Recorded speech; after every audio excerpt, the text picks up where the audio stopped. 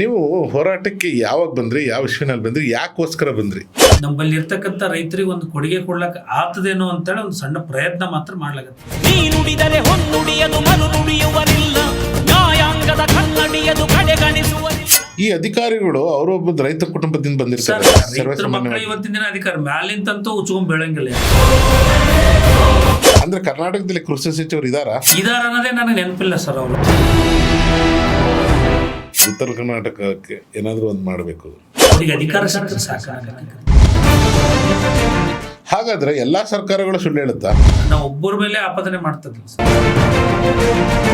ಈಗ ಅಲ್ಲಿನ ಮಂತ್ರಿಗಳಿದ್ದಾರೆ, MLAಗಳಿದ್ದಾರೆ, ಅವ್ರು ಯಾರನ್ನ ನೀವು ಕೇಳಲ್ವಾ? ದವಸ ಧಾನ್ಯಗಳು, ರೈತರು ಬೆಳೆದಂತ ತರಕಾರಿಗಳು ತಿನ್ನಕ್ ಅವ್ರಿಗೆ ಏನಪ್ಪಾ ಅಂದ್ರೆ ಮನಸ್ಸು ಬರ್ತದೆ ಸರ್. ರೈತರ ಅಭಿವೃದ್ಧಿ ಬಗ್ಗೆ ಯಾರು ಚಿಂತನೆ ಮಾಡ್ತಾ ಇಲ್ಲ ಅನ್ನೋ ಒಂದೇ ಪ್ರಶ್ನೆ. ಈಗ ನಮ್ಮ ಪ್ರಧಾನಮಂತ್ರಿಗಳು ಕಿಸಾನ್ ಮೈ ಬಾಯಿ ಬೈನು ಅಂತಾರೆ ಸರ್. ಎಲ್ಲಿ ಕಿಸಾನ್ ಬಾಯಿ ಬೈನು ಸರ್? ಸೊ ಹೀಗಾದ್ರೆ ರೈತರ ಕತೆ ಹೇಗೆ? ಸರ್ಕಾರಿ ಸವಲತ್ತು ಏನ್ ಆದ ನನಗನ್ಸಿ ಮಟ್ಟಿಗೆ ಒಂದು 5% ರೈತರಿಗೆ ಮುಟ್ಟಿರ್ಬೋದು ಅಂತ ಅನ್ಕೋತೀನಿ.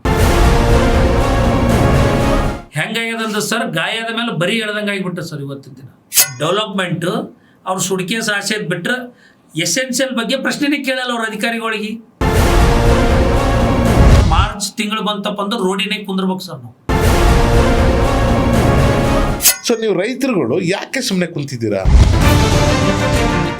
ನೋವಾಗತ್ತೆ ಸರ್, ನಮ್ಮ ಪರಿಸ್ಥಿತಿ ನೋಡಿದ್ರೆ ನೋವು.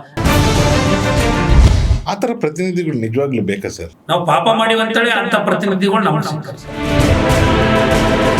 ಹೆಚ್ಚಿನ ವಿಡಿಯೋಗಳಿಗೆ ಪ್ರತಿಧ್ವನಿ ಯೂಟ್ಯೂಬ್ ಚಾನೆಲ್ ಸಬ್ಸ್ಕ್ರೈಬ್ ಮಾಡಿ, ಬೆಲ್ ಐಕಾನ್ ಕ್ಲಿಕ್ ಮಾಡಿ.